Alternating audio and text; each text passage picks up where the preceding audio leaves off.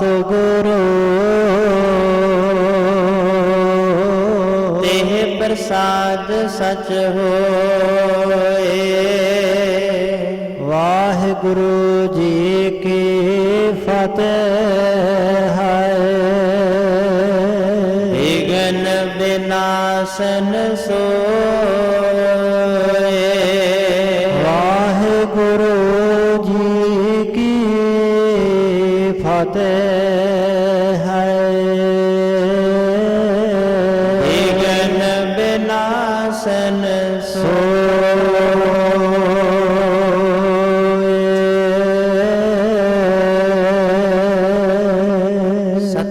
सतनाम श्री वाहिगुरु साहिब जी।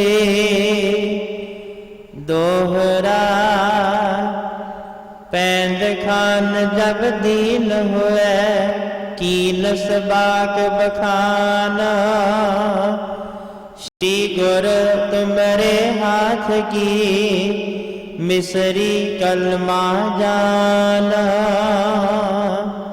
पैंद खान जब दीन हुए। वाहिगुरु जी का खालसा, वाहिगुरु जी की फतेह। परम सन्मान सत्कारयोग जुगो जुग अटल शब्द गुरु। चवर तख्त छतर दे मालक, दसां पातशाहियां दी जोत। समरथ प्रतख हाजर नाजर सतगुरु। वालीए दो जहां, हलत पलत दे रखियक। धन धन धन सतगुरु। श्री गुरु ग्रंथ साहिब जी महाराज ऐसे दीन दयाल। सतगुरु पातशाह महाराज जी की अपर अपार किरपा रहमत बख्शिश दा सदका। श्री दशमेश पिता जी, श्री कलगीधर जी पंथवाली अमृत दे दाते सतगुरु। साहिब कमाल बादशाह दरवेश धन धन धन सतगुरु। श्री गुरु गोबिंद सिंह साहिब जी महाराज जी दे महान पावन पवित्र इतिहासक मुकद्दस अस्थान तख्त श्री केसगढ़ साहिब जी विखे हाजरियां भर रहे यात्रा करदियां सतगुरु पातशाह महाराज जी की पावन गुर संगत पंगत दा लाहा लै रहे गुरु सवारे गुरु पातशाह जी की साजी नवाजी। साध संगत जी आप जी वडभागे हो, वड्डियां भागां सदका गुरु बख्शे होए उदम उपराले प्रेरणा द्वारा साहिबां दे चरण परसे हन। सतगुरु जी के अस्थान दी गुरु की संगत की हाजरी भर के जीवन का लाहा खटिया है। सतगुरु पातशाह जी के पावन अस्थान ते लड़ीवार साहिबां दे जीवन बिरतांत गुर इतिहास जीवन कौतक जीवन चोजां की विचार चल रही है। दल भंजन गुर सूरमा वड जोधा बाहो परोपकारी ऐसे दीन दयाल सतगुरु। मेरी पीर दे मालक साहिब श्री गुरु हरगोबिंद साहिब सच्चे पातशाह महाराज जी करतारपुर साहिब दे मैदान अंदर वैरियां दे नाल धर्म युद्ध कर रहे हैं। काले खान का प्रेरिया होया पैदे खान अपने साथियों नाल लै करके अगे वधिया। कहन लगा वेख्यो मेरा जंग युद्ध होंदा, जंग का तमाशा मैं गुरु नूं जफ्फा पा के फड़ के लै आउणा है। गुरु नूं मैं संभाल लवांगा, बाकी गुरु दे सिखां नूं तुसीं संभाल लिओ। 94 पठान चुन के काले खान ने पैदे खान दे नाल तोरे। उसके जवाई समान खान नूं बाकी सिखां दा मुकाबला करन वास्ते मुख सैनापति नियत कीता। ਪੈਦੇ ਖਾਂ ਵੱਖਰਾ ਹੋ ਕਰਕੇ ਚੱਲਿਆ ਹੈ। ਅੰਤਰਜਾਮੀ ਸਤਿਗੁਰੂ ਹਰਗੋਬਿੰਦ ਸਾਹਿਬ ਜੀ ਨੇ ਉਹਦੇ ਮਨ ਦੀ ਜਾਣ ਕੇ ਸਿੱਖਾਂ ਨੂੰ ਇੱਕ ਪਾਸੇ ਕਰਕੇ ਆਪ ਗੁਰੂ ਸਾਹਿਬ ਜੀ ਆਪਣਾ ਘੋੜਾ ਛੇੜ ਕੇ ਵੱਖਰਾ ਕਰਕੇ ਮੈਦਾਨ ਵਿੱਚ ਆਏ ਹਨ। ਪੈਦੇ ਖਾਂ ਦੇ ਸਾਹਮਣੇ ਆਏ ਹਨ ਤੇ ਪੈਦੇ ਖਾਂ ਨੇ ਗੁਰੂ ਸਾਹਿਬ ਜੀ ਨੂੰ ਵੇਖ ਕੇ ਕੌੜਾ ਫਿੱਕਾ ਬੋਲਦਿਆਂ ਆਖਿਆ ਕਿ ਮੈਂ ਤੁਹਾਡੇ ਕੋਲੋਂ ਬਦਲਾ ਲਵਾਂਗਾ, ਤੁਸੀਂ ਮੈਨੂੰ ਬਹੁਤ ਮਾਰਿਆ ਹੈ, ਉਹ ਬਦਲਾ ਮੈਂ ਤੁਹਾਡੇ ਕੋਲੋਂ ਲਵਾਂਗਾ। ਤੁਹਾਨੂੰ ਮਾਰ ਕਰਕੇ, ਤੁਹਾਨੂੰ ਫੜ ਕਰਕੇ ਮੈਂ ਜਿਉਂਦੇ ਵੀ ਤੁਹਾਨੂੰ ਫੜ ਕਰਕੇ ਬਾਦਸ਼ਾਹ ਦੇ ਕੋਲ ਲੈ ਜਾਵਾਂਗਾ, ਤੁਹਾਨੂੰ ਜਿਉਂਦੇ ਨਹੀਂ ਛੱਡਾਂਗੇ। ਇਸ ਤਰ੍ਹਾਂ ਪੈਦੇ ਖਾਂ ਕਹਿੰਦਾ ਹੋਇਆ ਗੁਰੂ ਸਾਹਿਬ ਦੇ ਨੇੜੇ ਟੁਕਿਆ ਹੈ। ਸਾਹਿਬਾਂ ਨੇ ਪੈਦੇ ਖਾਂ ਨੂੰ ਵਾਰ ਕਰਨ ਵਾਸਤੇ ਬਚਨ ਕੀਤਾ ਕਿ ਸਾਡਾ ਵਾਰ ਹੋਇਆ, ਫਿਰ ਤੇਰੇ ਮਨ ਵਿੱਚ ਕਿਤੇ ਸਦਰ ਕਿਤੇ ਇੱਛਾ ਤਾਂਘ ਨਾ ਰਹਿ ਜਾਏ ਕਿ ਮੈਨੂੰ ਸਮਾਂ ਮੌਕਾ ਨਹੀਂ ਮਿਲਿਆ, ਇਸ ਵਾਸਤੇ ਤੂੰ ਆਪਣਾ ਵਾਰ ਕਰ ਲੈ। ਪੈਦੇ ਖਾਂ ਨੇ ਆਪਣੇ ਤੇਗੇ ਦੇ ਨਾਲ 3 ਵਾਰ ਗੁਰੂ ਹਰਗੋਬਿੰਦ ਪਾਤਸ਼ਾਹ ਦੇ ਕੀਤੇ, ਅਖੀਰ ਤੇਗਾ ਵੀ ਟੁੱਟ ਗਿਆ। ਚੌਥਾ ਉਸਨੇ ਹੰਡਿਆ ਹੰਡਾਇਆ ਹੋਇਆ ਦਾ ਵਰਤਿਆ, ਘੋੜੇ ਨੂੰ ਜੱਫਾ ਪਾ ਕੇ ਉਲਟਾ ਕਰਕੇ ਅਸਵਾਰ ਦੇ ਸਮੇਤ ਥੱਲੇ ਸੁੱਟਣ ਦਾ ਜਿਹੜਾ ਇਹਦੇ ਕੋਲ ਤਰੀਕਾ ਦਾ ਸੀ, ਇਹਨੇ ਉਹ ਵਰਤਿਆ। ਗੁਰੂ ਸਾਹਿਬ ਦੇ ਘੋੜੇ ਨੂੰ ਆ ਕੇ ਜੱਫਾ ਪਾਇਆ ਹੈ। ਸਤਿਗੁਰੂ ਪਾਤਸ਼ਾਹ ਮਹਾਰਾਜ ਜੀ ਨੇ ਖੱਬੇ ਪਾਸੇ ਹੱਥ ਵਿੱਚ ਢਾਲਾ ਸੀ, ਖੱਬੇ ਪਾਸੇ ਹੀ ਪੈਦੇ ਖਾਂ ਘੋੜੇ ਨੂੰ ਜਕੜ ਕਰਕੇ ਖਲੋਤਾ ਸੀ। ਗੁਰੂ ਸਾਹਿਬ ਨੇ ਦੋਵੇਂ ਰਕਾਬਾਂ ਵਾਲੇ ਚਰਨ ਘੋੜੇ ਦੇ ਮਾਰੇ ਘੋੜੇ ਨੂੰ ਤੇਜ਼ ਕਰਨ ਵਾਸਤੇ, ਪਰ ਘੋੜਾ ਜ਼ੋਰ ਲਾ ਕੇ ਵੀ ਹਿੱਲ ਨਾ ਸਕਿਆ। ਸਤਿਗੁਰੂ ਪਾਤਸ਼ਾਹ ਮਹਾਰਾਜ ਜੀ ਨੇ ਫਿਰ ਆਪਣੇ ਢਾਲੇ ਦੇ ਨਾਲ, ਜਿਹੜਾ ਵਜਨ ਵਿੱਚ ਕਾਫੀ ਭਾਰਾ ਸੀ, ਉਹਦਾ ਵਾਰ ਪੈਦੇ ਖਾਂ ਦੇ ਸਿਰ ਦੇ ਉੱਪਰ, ਉਹਦੇ ਬੁਥਾੜ ਦੇ ਉੱਪਰ ਕੀਤਾ। ਜਦੋਂ ਭਾਰਾ ਢਾਲਾ ਪੈਦੇ ਖਾਂ ਦੇ ਮੂੰਹ ਤੇ ਬੂਥੇ ਤੇ ਆ ਕੇ ਵੱਜਾ, ਭੁਆਂਟਲੀ ਖਾ ਕਰਕੇ ਧਰਤੀ ਤੇ ਡਿੱਗ ਪਿਆ ਹੈ। ਸਤਿਗੁਰੂ ਸਾਹਿਬ ਜੀ ਘੋੜੇ ਤੋਂ ਉਤਰੇ ਨੇ ਔਰ ਡਿੱਗੇ ਪਏ ਪੈਦੇ ਖਾਂ ਦੇ ਉੱਪਰ ਵਾਰ ਨਹੀਂ ਕੀਤਾ। ਇਹ ਮੂਰਛਤ ਸੀ। ਕੁਝ ਸਮੇਂ ਬਾਅਦ ਇਹਨੂੰ ਹੋਸ਼ ਆਈ, ਉੱਠ ਕੇ ਖਲੋ ਗਿਆ, ਗੁਰੂ ਸਾਹਿਬ ਨੂੰ ਸਾਹਮਣੇ ਵੇਖ ਕੇ ਫਿਰ ਕਹਿਣ ਲੱਗਾ ਕਿ ਹੁਣ ਮੈਂ ਤੁਹਾਨੂੰ ਜੱਫਾ ਮਾਰ ਕੇ ਐਸਾ ਫੜਾਂਗਾ, ਛੱਡਾਂਗਾ ਨਹੀਂ। ਅੱਗੇ ਤੁਸੀਂ ਛੁੱਟ ਗਏ ਹੋ, ਹੁਣ ਨਹੀਂ ਛੱਡਾਂਗਾ। ਸੋ ਸਤਿਗੁਰੂ ਪਾਤਸ਼ਾਹ ਮਹਾਰਾਜ ਜੀ ਦੇ ਹੱਥ ਵਿੱਚ ਚੰਦਰਹਾਸ ਚੌੜਾ ਤੇਗਾ ਹੈ, ਲਿਸ਼ਕਾ ਮਾਰਦਾ ਬਿਜਲੀ ਦੀ ਤਰ੍ਹਾਂ। ਪੈਦੇ ਖਾਂ ਨੇ ਹੱਥ 'ਚ ਢਾਲ ਫੜੀ, ਗੁਰੂ ਸਾਹਿਬ ਦੇ ਵਾਰ ਬਚਾਉਣ ਲੱਗਾ। ਸਾਹਿਬਾਂ ਕਿਹਾ ਤੂੰ 3 ਵਾਰ ਕੀਤੇ ਨੇ, ਹੁਣ ਸਾਡਾ ਵੀ ਵਾਰ ਦੇਣਾ ਕਰ। ਸੋ ਪੈਦੇ ਖਾਂ ਨੇ ਫਿਰ ਢਾਲ ਸੁੱਟ ਕਰਕੇ ਗੁਰੂ ਸਾਹਿਬ ਜੀ ਨੂੰ ਜੱਫਾ ਮਾਰਨ ਦਾ ਯਤਨ ਕੀਤਾ ਹੈ। ਜਦੋਂ ਹੀ ਭੱਜ ਕਰਕੇ ਨੇੜੇ ਆ ਕੇ ਸਾਹਿਬਾਂ ਨੂੰ ਜੱਫਾ ਮਾਰਨ ਲੱਗਾ, ਗੁਰੂ ਹਰਗੋਬਿੰਦ ਸਾਹਿਬ ਸੱਚੇ ਪਾਤਸ਼ਾਹ ਮਹਾਰਾਜ ਜੀ ਨੇ ਬੜੀ ਫੁਰਤੀ ਨਾਲ ਤੇਗੇ ਦਾ ਭਰਵਾਂ ਵਾਰ ਕੀਤਾ, ਜੋ ਪੈਦੇ ਖਾਂ ਦੇ ਉੱਪਰ ਬੜਾ ਕਰਾਰਾ ਜਾ ਕੇ ਲੱਗਾ।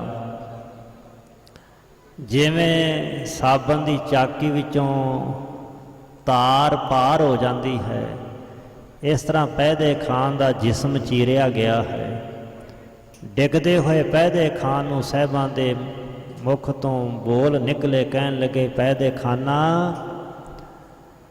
ਗਿਰਨ ਲੱਗਿਓ ਪੈਂਦਾ ਕਹੇ ਸ੍ਰੀ ਗੁਰ ਤੁਵ ਤਰਵਾਰ। ਜਦੋਂ ਸਾਹਿਬਾਂ ਨੇ ਇਹ ਬਚਨ ਕਹੇ, ਜਬ ਗਿਰਨ ਲਾਗ ਕਹੇ ਗੁਰ ਉਦਾਰ ਤੁਵ ਤੁਰਕ ਜਨਮ ਕਲਮਾ ਉਚਾਰ। ਪੈਦੇ ਖਾਂ ਤੇਰਾ ਤੁਰਕ ਜਨਮ, ਤੇਰਾ ਤੁਰਕਾਂ ਦੇ ਘਰ ਦਾ ਜਨਮ ਹੈ, ਕਲਮਾ ਪੜ੍ਹ। ਡਿੱਗਦਾ ਹੋਇਆ ਪੈਦੇ ਖਾਂ ਚੰਦ ਸਾਹ ਬਾਕੀ ਸਨ ਸਰੀਰ ਵਿੱਚ। ਜਦੋਂ ਕਹਿਣ ਲੱਗਾ ਮਹਾਰਾਜ ਸ੍ਰੀ ਗੁਰ ਤੁਵ ਤਰਵਾਰ ਭਈ ਰੂਪ ਕਲਮਾ ਅਬਹਿ ਕਰੀਏ ਮੋਹਿ ਉਧਾਰ। ਤੁਹਾਡੀ ਤੇਗ ਮਹਾਰਾਜ ਕਲਮਾਂ ਦਾ ਰੂਪ ਬਣ ਗਈ ਹੈ, ਕਲਮਾਂ ਦਾ ਰੂਪ ਹੋਈ ਹੈ, ਮਹਾਰਾਜ ਮੇਰਾ ਉਧਾਰ ਕਰ ਦਿਓ। ਜਦੋਂ ਪੈਦੇ ਖਾਂ ਨੇ ਇਸ ਤਰ੍ਹਾਂ ਤਰਲਾ ਲਿਆ ਹੈ, ਦੀਨ ਦੁਨੀ ਦੇ ਮਾਲਕ ਸਤਿਗੁਰੂ ਸ੍ਰੀ ਗੁਰੂ ਹਰਗੋਬਿੰਦ ਪਾਤਸ਼ਾਹ ਮਹਾਰਾਜ ਜੀ ਜਿਹੜੇ ਵੀਰ ਰਸ ਵਿੱਚ ਰਤੇ ਹੋਏ ਨੇ, ਇੱਕਦਮ ਕਰਨਾ ਰਸ ਵਿੱਚ ਆ ਗਏ। ਸਾਹਿਬਾਂ ਦਾ ਹਿਰਦਾ ਦਰਵਿਆ ਔਰ ਪੈਦੇ ਖਾਨ ਦੇ ਉੱਪਰ ਸਾਹਿਬਾਂ ਨੇ ਜਿਵੇਂ ਤਰਸ ਕੀਤਾ, ਡਿੱਗੇ ਪਏ ਪੈਦੇ ਖਾਨ ਦੇ ਮੂੰਹ ਦੇ ਉੱਪਰ ਆਪਣੇ ਦੇ ਨਾਲ ਸਾਹਿਬਾਂ ਨੇ ਛਾਂ ਕੀਤੀ, ਜਿਹਦੇ ਮੂੰਹ ਤੋਂ ਮੁੜਕਾ ਚੋਰਿਆ ਸੀ। ਸੂਰਜ ਦੀਆਂ ਤਿੱਖੀਆਂ ਕਿਰਨਾਂ ਜਿਹਦੇ ਮੂੰਹ ਤੇ ਪੈ ਰਹੀਆਂ ਸਨ। ਇਹੋ ਮਹੀਨੇ ਸਨ ਗਰਮੀ ਦੇ। ਸੋ ਜਿਵੇਂ ਅਗਲਾ ਪ੍ਰਸੰਗ, ਅਗਲਾ ਅਧਿਆਏ ਅਸਮਾਨ ਖਾਨ ਦਾ ਵੀ ਵੱਧ ਹੋ ਗਿਆ, ਜੋ ਪੈਦੇ ਖਾਨ ਦਾ ਜਵਾਈ ਸੀ। ਜਿਵੇਂ ਬਾਬਾ ਗੁਰਦਿੱਤਾ ਜੀ ਨੇ ਇਸ ਨੂੰ ਵੀ ਫੁੰਡ ਦਿੱਤਾ ਹੈ। ਕਵੀ ਰਾਜ ਮਹਾਕਵੀ ਭਾਈ ਸੰਤੋਖ ਸਿੰਘ ਜੀ ਜਿਵੇਂ ਇਤਿਹਾਸ ਅਗਲਾ ਸੁਣਾ ਰਹੇ ਨੇ, ਸਰਵਣ ਕਰੀਏ ਜੀ। ਸਤਨਾਮ ਸ੍ਰੀ ਵਾਹਿਗੁਰੂ ਸਾਹਿਬ ਜੀ। ਦੋਹਰਾ ਪੈਂਦ ਖਾਨ ਜਬ ਦੀਨ ਹੋਏ, ਕੀਨ ਸਬਾਕ ਬਖਾਨ। ਪੈਦੇ ਖਾਨ ਜਦੋਂ ਦੀਨ ਹੋ ਕਰਕੇ, ਦੀਨ ਹੁੰਦਾ ਨਿਮਰਤਾ ਵਾਲਾ, ਗਰੀਬ ਲਾਚਾਰ ਬੇਵਸ, ਬੜਾ ਲਾਚਾਰ ਬੇਵਸ, ਮਨ ਦੀ ਦੀਨਤਾ ਨਾਲ, ਮਨ ਦੀ ਗਰੀਬੀ ਨਾਲ ਸਤਿਗੁਰੂ ਪਾਤਸ਼ਾਹ ਮਹਾਰਾਜ ਜੀ ਨੂੰ ਆਪਣੇ ਮੂੰਹ ਤੋਂ ਇੱਕ ਬੋਲ ਬੋਲਦਿਆਂ ਹੋਇਆਂ ਬੇਨਤੀ ਕੀਤੀ, ਸ਼੍ਰੀ ਗੁਰ ਤੁਮਰੇ ਹਾਥ ਕੀ ਮਿਸਰੀ ਕਲਮਾ ਜਾਨ। ਇਹ ਸ਼੍ਰੀ ਗੁਰੂ ਪਾਤਸ਼ਾਹ ਮਹਾਰਾਜ, ਤੁਹਾਡੇ ਹੱਥ ਦੀ ਜਿਹੜੀ ਇਹ ਮਿਸਰੀ ਹੈ ਨਾ, ਮੈਂ ਇਸ ਨੂੰ ਹੀ ਕਲਮਾ ਜਾਨ, ਕਲਮਾ ਜਾਣਿਆ ਹੈ। ਸੋ ਮਿਸਰੀ ਦਾ ਅਰਥ ਹੈ ਤਲਵਾਰ। ਤਲਵਾਰ ਤੇ ਕਲਮ ਤ੍ਰੈ, ਤਿੰਨੇ ਚੀਜ਼ਾਂ ਮਿਸਰ ਨਾਲ ਸੰਬੰਧਿਤ ਹੋਣ ਕਰਕੇ ਮਿਸਰੀ ਕਹਿਲਾਉਂਦੀਆਂ ਹਨ। ਮਿਸਰ ਅਰਬੀ ਪਦ ਹੈ। ਤੇਰੇ ਹੱਥ ਦੀ ਮਿਸਰੀ ਤਲਵਾਰ, ਭਾਵ ਤਲਵਾਰ ਨੂੰ ਮੈਂ ਕਲਮਾ ਜਾਣਿਆ ਹੈ। ਸੋ ਕਲਮਾ ਸਾਰੇ ਦੁੱਖਾਂ ਦਾ ਨਾਸ਼ਕ ਮੁਸਲਮਾਨਾਂ ਵਿੱਚ ਜਿਵੇਂ ਮੰਨੀਦਾ ਹੈ ਨਾ, ਤਿਵੇਂ ਮਿਸਰੀ ਹਕੀਮਾਂ ਨੇ ਸਾਰੇ ਰੋਗਾਂ ਨੂੰ ਸ਼ਾਂਤ ਕਾਰਕ ਮੰਨੀ ਹੈ। ਮਿਸਰੀ ਜਿਹੜੀ ਬੜੀ ਸ਼ੁੱਧ ਮੰਨੀ ਜਾਂਦੀ ਹੈ, ਮਿਠਾਸ ਵਾਲੀ। ਸੋ ਮਹਾਰਾਜ, ਮੈਂ ਤੇਰੀ ਤਲਵਾਰ ਨੂੰ ਦੁੱਖ ਨਾਸ਼ਕ ਤੇ ਮਿੱਠੀ ਕਰਕੇ ਮੰਨਿਆ ਹੈ। ਭਾਵ ਆਪ ਦੇ ਹੱਥੋਂ ਮਰਨਾ ਹੀ ਮੇਰਾ ਉਧਾਰ ਹੈ। ਕਲਮੇ ਨੇ ਮੇਰਾ ਕੁਛ ਨਹੀਂ ਸਾਰਨਾ, ਮੇਰਾ ਕੁਛ ਨਹੀਂ ਸਵਾਰਨਾ। ਤੁਸੀਂ ਕਿਰਪਾ ਕਰੋ ਮਹਾਰਾਜ, ਤੁਹਾਡੀ ਤਲਵਾਰ ਹੀ ਮੇਰੇ ਵਾਸਤੇ ਕਲਮਾ ਹੋ ਗਈ ਹੈ, ਮੇਰਾ ਉਧਾਰ ਕਰ ਦਿਓ। ਚੌਪਈ ਸੁਨਤ ਸਨੇਹ ਹਿਰਦੈ ਹੈ ਆਇਓ, ਪਤ ਪਾਰਿਓ ਪੁਰਬ ਅਪਨਾਇਓ। ਸੁਣ ਕਰਕੇ ਗੁਰੂ ਹਰਗੋਬਿੰਦ ਪਾਤਸ਼ਾਹ ਦੇ ਹਿਰਦੇ ਵਿੱਚ ਪ੍ਰੇਮ ਦਾ ਉਛਾਲਾ, ਇੱਕ ਪਿਆਰ ਦੀ ਲਹਿਰ ਹਿਰਦੇ ਵਿੱਚ ਪੈਦਾ ਹੋਈ। ਸਾਹਿਬ ਮਹਾਰਾਜ ਉਸ ਅਵਸਥਾ ਵਿੱਚ ਚਲੇ ਗਏ। ਪ੍ਰਤਪਾਰਿਓ ਪੁਰਬ ਅਪਨਾਇਓ, ਜਦੋਂ ਅਸੀਂ ਇਹਨੂੰ ਅਪਣਾ ਕਰਕੇ, ਆਪਣਾ ਬਣਾ ਕਰਕੇ ਇਸ ਨੂੰ ਪਾਲਿਆ ਸੀ, ਇਸ ਨੂੰ ਆਪਣਾ ਸਮਝਿਆ ਸੀ। ਨਿਜ ਕਰ ਗ੍ਰਾਸ ਪਾਏ ਮੁਖ ਮਾਹੀ, ਉਤਮ ਵਸਤ ਦੇਤ ਨਿਤ ਜਾਹੀ। ਅਸੀਂ ਆਪਣੇ ਹੱਥੀਂ ਇਹਦੇ ਮੂੰਹ ਵਿੱਚ ਗਰਾਹੀਆਂ ਪਾਉਂਦੇ ਹੁੰਦੇ ਸੀ। ਜਿਹੜੀਆਂ ਵੀ ਉਤਮ ਵਸਤੂਆਂ ਚੰਗੀਆਂ ਸੀ, ਉਹ ਨਿਤਾਂ ਪ੍ਰਤੀ ਅਸੀਂ ਇਹਨੂੰ ਦਿੰਦੇ ਹੁੰਦੇ ਸੀ। ਭਾਂਤ ਭਾਂਤ ਪੌਸ਼ਿਸ਼ ਪਹਿਰਾਏ, ਭਾਂਤ ਭਾਂਤ ਕੇ ਅਸਨ ਅਚਾਏ। ਤਰ੍ਹਾਂ ਤਰ੍ਹਾਂ ਦੀਆਂ ਪੋਸ਼ਿਸ਼ ਪੁਸ਼ਾਕਾਂ ਇਹਨੂੰ ਪਹਿਨਾਉਂਦੇ ਸਾਂ। ਤਰ੍ਹਾਂ ਤਰ੍ਹਾਂ ਦੇ ਅਸਨ ਭੋਜਨ ਇਹਨੂੰ ਅਚਾਏ, ਛਕਾਉਂਦੇ ਰਹੇ, ਖਵਾਉਂਦੇ ਰਹੇ। ਪੁਨਹ ਬਿਲੋਕ ਜਿਸੈ ਹਰ ਖਾਵੇ, ਦਾਨ ਮਾਨ ਦੇ ਨਿਤ ਤ੍ਰਿਪਤਾਵੇ। ਜਿਸ ਨੂੰ ਆਉਂਦੇ ਨੂੰ ਵੇਖ ਕੇ, ਜਿਸ ਦਾ ਬਲ ਵੇਖ ਕੇ ਅਸੀਂ ਬੜਾ ਖੁਸ਼ ਹੁੰਦੇ ਸੀ, ਤੇ ਇਸ ਨੂੰ ਦਾਨ ਮਾਨ ਦੇ ਕਰਕੇ ਨਿਤਾਂ ਪ੍ਰਤੀ ਅਸੀਂ ਰਜਾਉਂਦੇ ਸੀ, ਤ੍ਰਿਪਤ ਕਰਦੇ ਸੀ। ਤਿਸ ਕੀ ਦਸ਼ਾ ਦੇਖ ਦੁਖਵਾਰੀ, ਕਮਲ ਬਿਲੋਚਨ ਤੇ ਤਜਵਾਰੀ। ਪੈਦੇ ਖਾਨ ਦੀ ਐਸੀ ਨਾਜ਼ੁਕ ਹਾਲਤ ਵੇਖ ਕਰਕੇ ਦੁੱਖ ਵਾਲੀ, ਗੁਰੂ ਹਰਗੋਬਿੰਦ ਪਾਤਸ਼ਾਹ ਦੇ ਕਮਲ ਸਰੀਖੇ ਨੇਤਰਾਂ ਦੇ ਵਿੱਚੋਂ ਜਲ ਵਹਿ ਤੁਰਿਆ। ਕਮਲ ਬਲੋਚਨ ਤੇ ਤਜ ਵਾਰੀ। ਸੋ ਸਤਿਗੁਰੂ ਪਾਤਸ਼ਾਹ ਦੇ ਨੇਤਰ ਜਿਹੜੇ ਸਨ ਸੱਜਲ ਹੋ ਗਏ। बदन स्वेद जिसके बहु होवा, तरफत परियो काम मह जोवा। ਜਿਸ ਦੇ ਚਿਹਰੇ ਦੇ ਉੱਪਰ ਬਹੁਤ ਮੁੜਕਾ ਆਇਆ ਹੋਇਆ ਹੈ, ਧੁੱਪ ਦੀਆਂ ਕਿਰਨਾਂ ਪੈ ਰਹੀਆਂ, ਮੁੜਕਾ ਚੋਰਿਆ ਸੀ। ਤੜਫਦੇ ਹੋਏ ਪਹਿਦੇ ਖਾਂ ਦੇ ਵੱਲ ਸਾਹਿਬਾਂ ਵੇਖਿਆ, ਕਾਮ ਮਹਿ ਜੋਵਾ ਜਿਹੜਾ ਧੁੱਪੇ ਡਿੱਗਾ ਪਿਆ ਸੀ। ਕਾਮ ਹੁੰਦੀ ਧੁੱਪ, ਧੁੱਪੇ ਡਿੱਗੇ ਪਏ ਪਹਿਦੇ ਖਾਂ ਨੂੰ ਤੜਫਦੇ ਹੋਏ ਨੂੰ ਸਾਹਿਬਾਂ ਤੱਕਿਆ। सिपर साथ की नस तब छाया, होत बदन पर काम मिटाया। ਆਪਣੀ ਵੱਡੀ ਸਿਪਰ ਹੁੰਦੀ ਢਾਲ, ਵੱਡੇ ਢਾਲੇ ਦੇ ਨਾਲ ਸਤਿਗੁਰੂ ਪਾਤਸ਼ਾਹ ਨੇ ਪਹਿਦੇ ਖਾਂ ਦੇ ਮੂੰਹ ਦੇ ਉੱਪਰ ਛਾਂ ਕੀਤੀ। ਹੋਤ ਬਦਨ ਪਰ ਘਾਮ ਮਿਟਾਇਆ, ਜਿਹੜੀ ਧੁੱਪ ਸਿੱਧੀ ਪੈ ਰਹੀ ਸੀ ਚਿਹਰੇ ਦੇ ਉੱਪਰ। ਸਾਹਿਬ ਗੁਰੂ ਹਰਗੋਬਿੰਦ ਪਾਤਸ਼ਾਹ ਮਹਾਰਾਜ ਜੀ ਨੇ ਪਹਿਦੇ ਖਾਂ ਦੇ ਮੂੰਹ ਵਿੱਚ ਉੱਪਰ ਪੈ ਰਹੀ ਧੁੱਪ ਨੂੰ ਮਿਟਾ ਦਿੱਤਾ। ਧੁੱਪ ਦੀਆਂ ਕਿਰਨਾਂ ਜਿਹੜੀਆਂ ਸਿੱਧੀਆਂ ਪੈ ਰਹੀਆਂ ਸੀ, ਉਸ ਧੁੱਪ ਨੂੰ ਦੂਰ ਕੀਤਾ, ਛਾਂ ਕਰ ਦਿੱਤੀ। देखत खरे अश्रु दिग चरै, पैंद खान के मुख पर परै। ਸਤਿਗੁਰੂ ਪਾਤਸ਼ਾਹ ਮਹਾਰਾਜ ਜੀ ਪਹਿਦੇ ਖਾਂ ਦੇ ਕੋਲ ਖਲੋਤੇ ਹੋਏ ਵੇਖ ਰਹੇ ਨੇ, ਔਰ ਨਾਲ ਨੇਤਰਾਂ ਦੇ ਵਿੱਚੋਂ ਜਲ ਵਹਿ ਰਿਹਾ ਹੈ। ਉਹ ਸਾਹਿਬਾਂ ਦੇ ਨੇਤਰਾਂ ਵਿੱਚੋਂ ਡਿੱਗੇ ਹੋਏ ਪਿਆਰ ਦੇ ਆਂਸੂ, ਵਿਰਾਗ ਦੇ ਆਂਸੂ ਪਹਿਦੇ ਖਾਂ ਦੇ ਮੂੰਹ ਦੇ ਉੱਪਰ ਪੈ ਰਹੇ ਹਨ। जिम काष्ट को पार बदोवै, अपन जानते जल न डुबवंत।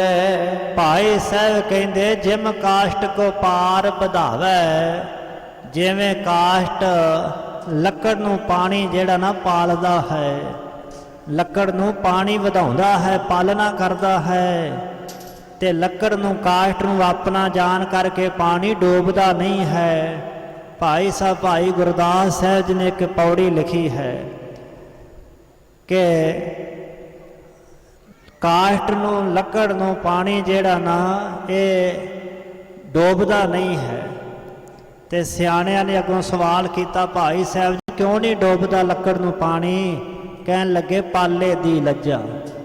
ਪਾਣੀ ਨੂੰ ਪਾਲੇ ਦੀ ਲੱਜਾ ਹੁੰਦੀ ਹੈ ਕਿ ਮੈਂ ਲੱਕੜ ਨੂੰ ਪਾਲਿਆ, ਮੈਂ ਇਹਨੂੰ ਕਿਉਂ ਡੋਬਾਂ। ਸੋ ਭਾਈ ਸਾਹਿਬ ਨੇ ਉਹ ਪ੍ਰਮਾਣ ਇੱਥੇ ਵਰਤਿਆ ਹੈ। ਕਹਿੰਦੇ ਜਿਵੇਂ ਪਾਣੀ ਹੀ ਲੱਕੜ ਨੂੰ ਵਧਾਉਂਦਾ ਹੈ, ਤੇ ਫਿਰ ਉਹ ਲੱਕੜ ਪਾਣੀ ਵਿੱਚ ਪੈ ਜਾਵੇ ਤਾਂ ਉਸ ਲੱਕੜ ਨੂੰ ਪਾਣੀ ਡੁਬਾਉਂਦਾ ਨਹੀਂ ਹੈ। तरफत परियो शिनक मैं मरियो, सतगुर नेह अधिक और करियो। ਪਹਿਦੇ ਖਾਂ ਤੜਫਦਾ ਹੋਇਆ ਇੱਕ ਛਿਨ ਲੱਗਾ, ਜਦੋਂ ਪ੍ਰਾਣ ਪਖੇਰੂ ਸਰੀਰ ਵਿੱਚੋਂ ਉਡਾਰੀ ਮਾਰ ਗਏ। ਤੜਫਦਾ ਪਿਆ ਹੋਇਆ ਇੱਕ ਛਿਨ ਵਿੱਚ ਹੀ ਮਰਿਓ, ਮਰ ਗਿਆ, ਚੱਲ ਵਸਿਆ। ਸਤਿਗੁਰੂ ਸੱਚੇ ਪਾਤਸ਼ਾਹ ਦਾ ਹਿਰਦਾ ਜਿਹੜਾ ਸੀ ਨਾ ਬਹੁਤੇ ਪਿਆਰ ਤੇ ਪ੍ਰੇਮ ਸਨੇਹ ਦੇ ਨਾਲ ਭਰ ਗਿਆ। ਹਿਰਦਾ ਜਿਹੜਾ ਸੀ ਪਿਆਰ ਦੇ ਵਹਿਣ ਵਿੱਚ ਵਹਿ ਤੁਰਿਆ। त्याग्य शस्त्र मनोरथ तारा, हते हमो नर तुरक हजारा। ਮਨ ਵਿੱਚ ਇੱਕ ਵਾਰੀ ਖਿਆਲ ਆਇਆ ਕਿ ਅਸੀਂ ਇਹ ਸ਼ਸਤਰ ਛੱਡ ਦਈਏ, ਇਹ ਸ਼ਸਤਰ ਲਾ ਦਈਏ। ਹਤੇ ਹਮੋ ਨਰ ਤੁਰਕ ਹਜ਼ਾਰਾਂ, ਜੇ ਹੁਣ ਸ਼ਸਤਰ ਅਸੀਂ ਰੱਖ ਦਿੱਤੇ, ਹਜ਼ਾਰਾਂ ਤੁਰਕ ਜਿਹੜੇ ਤਿਆਰ ਬਤਿਆਰ ਖਲੋਤੇ ਨੇ, ਇਹ ਸਾਡੇ ਤੇ ਹਮਲਾ ਕਰਨਗੇ। प्रत पारियो निज करते कायो, इत्यादिक सब दोष उपायो। ਤੇ ਜਿਸ ਵਿਅਕਤੀ ਨੂੰ ਅਸੀਂ ਆਪਣੇ ਹੱਥੀਂ ਪਾਲਿਆ ਸੀ, ਅੱਜ ਅਸੀਂ ਆਪਣੇ ਹੱਥੀਂ ਉਹਨੂੰ ਮਾਰਿਆ ਹੈ। ਇਤਿਆਦ ਕੇ ਸਾਰਾ ਦੋਸ਼ ਸਮਝੋ ਕਿ ਪੈਦਾ ਹੋਇਆ ਹੈ ਕਿ ਜਿਸ ਨੂੰ ਹੱਥੀਂ ਪਾਲਿਆ ਜਾਏ, ਫਿਰ ਉਹਨੂੰ ਆਪ ਹੀ ਹੱਥੀਂ ਮਾਰ ਦੇਣਾ ਇੱਕ ਦੋਸ਼ ਹੈ। ਇੱਥੇ ਮਹਾਂਵੀਰ, ਮਹਾਂਯੋਧਾ, ਰਣ ਤੱਤੇ ਵਿੱਚ ਵੀਰ ਰਸ, ਰੌਦਰ ਰਸ ਤੇ ਬੀਭਤ ਰਸ ਚਾਰ ਛਫੇਰੇ ਛਾ ਰਹੇ ਹਨ। ਐਸੇ ਪ੍ਰਭਾਵ ਵਿੱਚੋਂ ਕਿਸੇ ਕਮਾਲ ਦੀ ਅੰਦਰਲੀ ਸੁੰਦਰਤਾ ਨਾਲ ਇੱਕਦਮ ਕਰਨਾ ਰਸ ਵਿੱਚ ਚਲੇ ਗਏ ਹਨ ਸਤਿਗੁਰੂ ਹਰਗੋਬਿੰਦ ਪਾਤਸ਼ਾਹ ਮਹਾਰਾਜ। ਮਾਮੂਲੀ ਆਦਮੀ ਨੂੰ ਇਸ ਵੇਲੇ ਪਿਆਰ ਦੇ ਵਲਵਲੇ ਤੇ ਸਤੋਗੁਣੀ ਭਾਵ ਕਦੇ ਨਹੀਂ ਸਨ ਪੈਦਾ ਹੋ ਸਕਦੇ। ਬੜੇ ਯੋਧੇ ਹੋਏ ਸੰਸਾਰ ਤੇ ਪਰ ਬੇਤਰਸੇ ਹੋਏ, ਨਿਰਦਈ ਹੋਏ। ਉਸ ਦਾ ਹਿਰਦਾ ਰੌਦਰ ਰਸੀ ਰੰਗ ਵਿੱਚ ਕਰੜਾ ਪੱਥਰ ਹੋ ਰਿਹਾ ਹੁੰਦਾ ਹੈ, ਪਰ ਇੱਥੇ ਦੈਵੀ ਅਸਲਾ ਹੈ, ਪਿਆਰ ਆਪ ਦਾ ਸਰੂਪ ਹੈ। ਗੁਰੂ ਅਵਤਾਰ ਹਨ, ਆਤਮ ਉਦਾਰ ਕਰਨਾ ਸਤਿਗੁਰੂ ਜੀ ਦਾ ਪਹਿਲਾ ਫਰਜ਼ ਹੈ। ਇਸ ਕਰਕੇ ਇਸ ਵੇਲੇ ਕਮਾਲ ਦੀ ਇਨਸਾਨੀਅਤ ਤੇ ਕਮਾਲ ਦੀ ਅਲੋਹੀਅਤ ਵੇਗ ਵਿੱਚ ਆਈ ਹੈ। ਪਹਿਲਾਂ ਡਿੱਗਦੇ ਹੋਏ ਪੈਦੇ ਖਾਨ ਨੂੰ ਆਖਦੇ ਹਨ, ਪੈਦੇ ਖਾਂ ਪੜ੍ਹ ਕਲਮਾ। ਉਸਨੇ ਵੀ ਸਤਸੰਗ ਕੀਤਾ ਹੋਇਆ ਸੀ, ਪੈਦੇ ਖਾਂ ਸਤਸੰਗੀ ਰਿਹਾ ਸੀ ਸਤਿਗੁਰੂ ਪਾਤਸ਼ਾਹ ਜੀ। ਮੌਤ ਸਾਹਮਣੇ ਆਈ, ਵੇਖ ਕੇ ਮੌਤ ਦੇ ਭੈ ਹੇਠਾਂ ਆਪਣੇ ਕੁਸੰਗ ਦੇ ਅਸਰ ਤੋਂ ਨਿਕਲ ਕੇ ਆਖਦਾ ਹੈ ਕਿ ਮਹਾਰਾਜ ਆਪ ਜੀ ਦੀ ਤਲਵਾਰ ਹੀ ਕਲਮਾ ਹੋ ਗਈ ਹੈ। ਅਰਥਾਤ ਉਹ ਮੁੜ ਜਗਿਆਸਾ ਭਾਵ ਵਿੱਚ ਆ ਗਿਆ ਹੈ ਤੇ ਆਪਣੇ ਅੰਦਰੋਂ ਪਿਆਰ ਦਾ ਉਬਾਲ ਖਾਧਾ ਹੈ। ਇੱਧਰ ਸਤਿਗੁਰੂ ਪਾਤਸ਼ਾਹ ਜੀ ਮਿਹਰ ਕਰਨੀ ਚਾਹੁੰਦੇ ਹਨ। ਮਨ ਦਰਵੇ ਮਨ ਪਿੰਗਲੇ ਤਾਂ ਹੀ ਦੂਸਰੇ ਦੇ ਮਨ ਨੂੰ ਉਬਾਰ ਸਕਦਾ, ਬਚਾ ਸਕਦਾ ਹੈ। ਸੋ ਅੰਦਰੋਂ ਦਰਬ ਕੇ ਸਤਿਗੁਰੂ ਪਾਤਸ਼ਾਹ ਜੀ ਨੇ ਪਿਆਰ ਕੀਤਾ ਹੈ, ਉਸ ਦੀ ਰੂਹ ਨੂੰ ਆਪਣੀ ਰੂਹ ਦੇ ਜੱਫੇ ਵਿੱਚ ਲੈ ਲਿਆ ਹੈ। ਨੈਣਾ ਤੋਂ ਪਿਆਰ ਅਥਰੂ ਕੇਰਦੇ ਹਨ, ਹੱਥ ਨਾਲ ਢਾਲ ਦੀ ਛਾਂ ਕੀਤੀ ਹੈ, ਇਉਂ ਪਿਆਰ ਨਾਲ ਉਸ ਦਾ ਪਾਰ ਉਤਾਰਾ ਕਰ ਦਿੱਤਾ ਹੈ। ਲੜਨਾ ਫਰਜ਼ ਹੈ ਸੂਰਮ ਗਤੀ ਦਾ, ਮਰਨ ਲੱਗੇ ਮਿੱਤਰ ਤੇ ਵੈਰੀ ਦੇ ਕਲਿਆਣ ਕਰਨੀ ਇਹ ਫਰਜ਼ ਹੈ ਪੈਗੰਬਰੀ ਦਾ, ਜੋ ਸਤਿਗੁਰੂ ਹਰਗੋਬਿੰਦ ਪਾਤਸ਼ਾਹ ਨੇ ਨਿਭਾਇਆ। ਸੋ ਇਸ ਤਰ੍ਹਾਂ ਇਹ ਦੋਵੇਂ ਹੀ ਫਰਜ਼ ਸਤਿਗੁਰੂ ਪਾਤਸ਼ਾਹ ਨੇ ਨਿਭਾਏ ਹਨ। ਇੱਥੇ ਹੁਣ ਸ਼ੰਕਾ ਪੈਦਾ ਹੁੰਦੀ ਹੈ ਕਿ ਅਸੀਂ ਹੱਥੀਂ ਪਾਲਿਆ ਸੀ। ਆਦਿਕ ਆਪਣੇ ਤੇ ਜੋ ਦੋਸ਼ ਆਰੋਪੇ ਹਨ ਇਹ ਕਮਜ਼ੋਰੀ ਹੈ, ਪਰ ਅਸਲ ਵਿੱਚ ਇਹੋ ਹੀ ਸਹਿਜੋਰੀ ਹੈ। ਜਿਸ ਵੇਲੇ ਪੈਦੇ ਖਾਨ ਦੀ ਨਿਮਕ ਹਰਾਮੀ, ਪਲ ਪੋਸ ਖਾ ਪੀ ਕਮਾਲ ਤੇ ਪਿਆਰ ਲੈ ਕੇ ਯੁੱਧ ਰਚਾਉਣੇ ਤੇ ਕਤਲ ਕਰਨ ਦੇ ਲਈ ਮੈਦਾਨ ਮੰਡਣੇ ਯਾਦ ਕਰਦੇ, ਤਾਂ ਆਪਣੇ ਅੰਦਰ ਪੈਦਾ ਹੋ ਰਹੇ ਪਿਆਰ ਤੇ ਦਇਆ ਦੇ ਭਾਵ ਸਾਰੇ ਬੰਦ ਹੋ ਜਾਂਦੇ। ਆਪ ਜੀ ਚਾਹੁੰਦੇ ਹਨ ਕਿ ਮਿਹਰ ਦੇ ਘਰ ਵਿੱਚ ਆਉਣਾ ਤੇ ਉਸ ਦੀ ਕਲਿਆਣ ਕਰਨੀ। ਅਵਗਨ ਕੀਤੇ ਹਰ ਨਾ ਚਿਤਾਰੇ ਦੇ ਅਸੂਲ ਮੂਜਬ ਮਨ ਨੂੰ ਉਸ ਦੇ ਅਪਰਾਧ ਵੱਲ ਨਹੀਂ ਜਾਣ ਦਿੱਤਾ। ਸਦਾ ਅਦੋਸ਼, ਜਿਨ੍ਹਾਂ ਦੇ ਉੱਪਰ ਕਦੀ ਦੋਸ਼ ਆ ਹੀ ਨਹੀਂ ਸਕਦਾ, ਐਸੇ ਸਤਿਗੁਰੂ ਪਾਤਸ਼ਾਹ ਮਹਾਰਾਜ ਜੀ ਉਹ ਖਿਆਲ ਆਪਣੇ ਅੰਦਰ ਚਿਤਵਦੇ ਹਨ ਕਿ ਜਿਨ੍ਹਾਂ ਦੇ ਨਾਲ ਮਨ ਵੱਧ ਤੋਂ ਵੱਧ ਦਰਵੇ, ਮਨ ਪਿੰਗਲ ਜਾਏ, ਮਨ ਪਿਆਰ ਦੇ ਵੇਗ ਵਿੱਚ ਵਹਿ ਤੁਰੇ ਤੇ ਤਰੁੱਠ ਕੇ ਮਿਹਰ ਕਰ ਦੇਵੇ। ਇਉਂ ਆਪਣੇ ਬਿਰਧ ਦੀ ਆਣ ਨੂੰ ਪਾਲ ਰਹੇ ਹਨ। ਇਹ ਉਹਨਾਂ ਦੀ ਮਹਾਨ ਸਹਿਜੋਰੀ ਹੈ, ਜੋ ਪਹਿੰਦੇ ਦੇ ਆਵਾਜ਼ ਜੇਕਰ ਕਿਤੇ ਪੈਦੇ ਖਾਨ ਦਾ ਵਾਰ ਚੱਲ ਜਾਂਦਾ ਤਾਂ ਸਤਿਗੁਰੂ ਪਾਤਸ਼ਾਹ ਮਹਾਰਾਜ ਜੀ ਕਦ ਬਚਦੇ, ਕਦੋਂ ਉਹ ਵਾਰ ਛੱਡਣ ਵਾਲਾ ਸੀ। ਐਸੇ ਖੂਨ ਦੇ ਪਿਆਸੇ ਨੂੰ ਉਸ ਦੇ ਅੰਤ ਸਮੇਂ ਤਾਰਨ ਦਾ ਫਿਕਰ ਕਰਨਾ ਤੇ ਅਧਿਕ ਸਨੇਹ ਵਿੱਚ ਆ ਕੇ ਤਾਰ ਦੇਣਾ ਰੂਹਾਨੀ ਬਲ ਦਾ ਕਮਾਲ ਤੇ ਆਤਮ ਧਰਮਤਾ, ਆਤਮਾ ਦੀ ਪਿੰਗਲਤਾ ਦਾ ਆਦਰਸ਼ ਉਚਾਈ ਹੈ।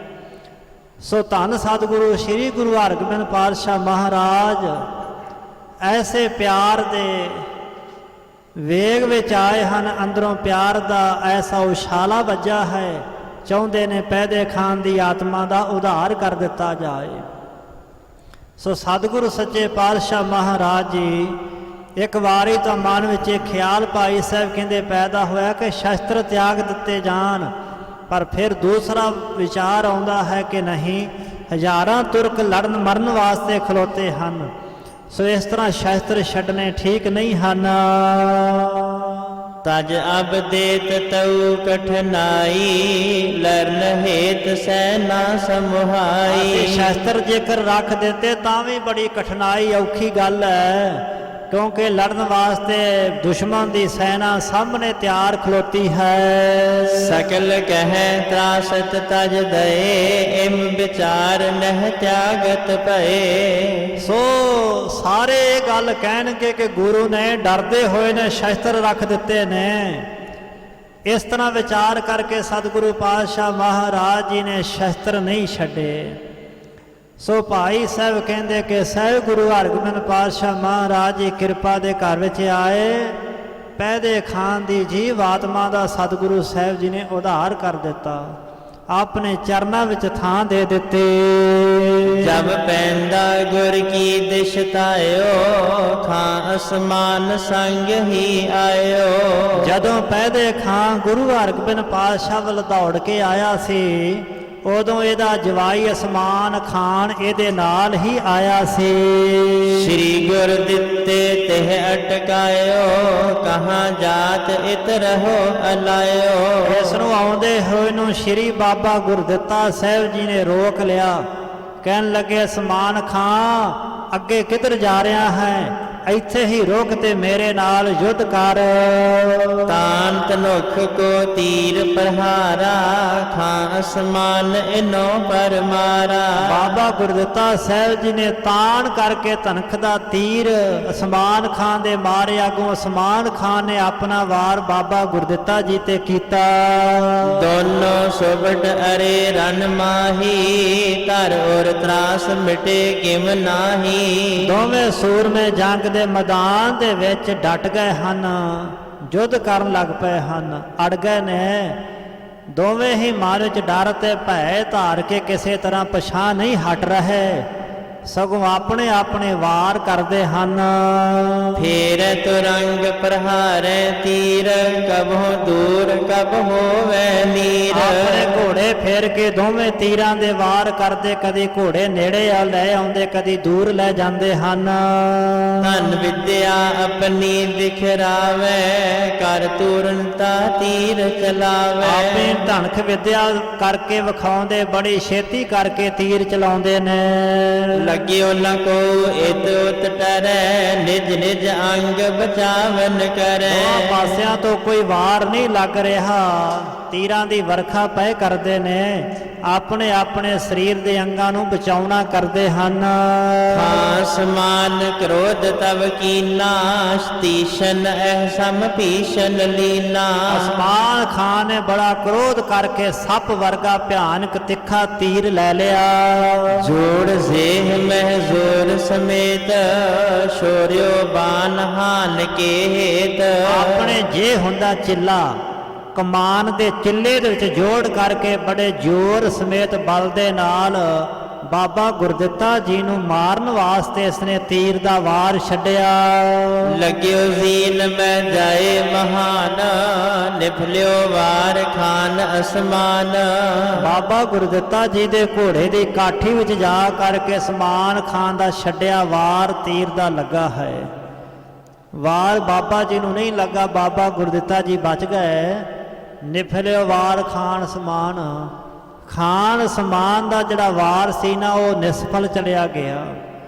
ਬੜਾ ਇਸਨੇ ਯਤਨ ਕੀਤਾ ਬਾਬਾ ਗੁਰਦਿੱਤਾ ਜੀ ਦਾ ਨਿਸ਼ਾਨਾ ਲਾ ਕੇ ਕਿ ਮੈਂ ਉਹਨਾਂ ਦੇ ਸਿੱਧਾ ਤੀਰ ਮਾਰਾਂ, ਪਰ ਵਾਰ ਖਾਲੀ ਚਲੇ ਗਿਆ। ਸ਼੍ਰੀ ਗੁਰਦਿੱਤਾ ਕ੍ਰੁਦਤ ਜੁਧ, ਲਿਓ ਬਾਣ ਖਪਰਾ ਇੱਕ ਸੁਧ। ਜਦੋਂ ਬਾਬਾ ਗੁਰਦਿੱਤਾ ਜੀ ਨੇ ਵੇਖਿਆ ਸਾਡੇ ਘੋੜੇ ਦੀ ਕਾਠੀ 'ਚ ਆ ਕੇ ਅਸਮਾਨ ਖਾਨ ਦਾ ਤੀਰ ਵੱਜਾ, ਉਹਨਾਂ ਨੂੰ ਬੜਾ ਵੀਰ ਰਸ ਆਇਆ। ਜੰਗ ਦੇ ਮੈਦਾਨ 'ਚ ਵੀਰ ਰਸ ਦੇ ਸਹਿਤ ਹੋ ਕੇ ਉਹਨਾਂ ਨੇ ਇੱਕ ਖੱਪਰਾ ਤੀਰ ਲੈ ਲਿਆ। ਖੱਪਰਾ ਤੀਰ ਹੁੰਦਾ ਬੁੱਕ ਜਿੱਡਾ ਚੌੜਾ, ਬੜਾ ਤਿੱਖਾ ਤੀਰ। ਤਾਨ ਕਾਨ ਲਗ ਤਾਨ ਮਹਾਨਾ, ਛੁਟਿਓ ਸਬੇਗ ਜੋ ਸਰਪ ਸਮਾਨਾ। ਕਾਨ ਤੱਕ ਤੰਦੀ ਖਿੱਚ ਕੇ ਤਾਨ ਕਾਨ ਲੱਗ ਕੰਨ ਤੱਕ ਤਾਨ ਕਰਕੇ ਬੜੇ ਜ਼ੋਰ ਦੇ ਨਾਲ ਖਿੱਚ ਕਰਕੇ ਬਾਬਾ ਗੁਰਦਿੱਤਾ ਜੀ ਨੇ ਜਦੋਂ ਤੀਰ ਛੱਡਿਆ, ਸੱਪ ਦੀ ਤਰ੍ਹਾਂ ਸ਼ੂਕਾਂ ਪਾਉਂਦਾ ਹੋਇਆ ਤੀਰ ਅਸਮਾਨ ਖਾਨ ਵੱਲ ਵਧਿਆ। ਲੱਗਿਓ ਖਾਨ ਕੇ ਭਾਲ ਬਿਸਾਲਾ, ਜਨ ਨਿਦ ਦੇਖਤ ਪਹੁੰਚਿਓ ਬਿਆਲਾ।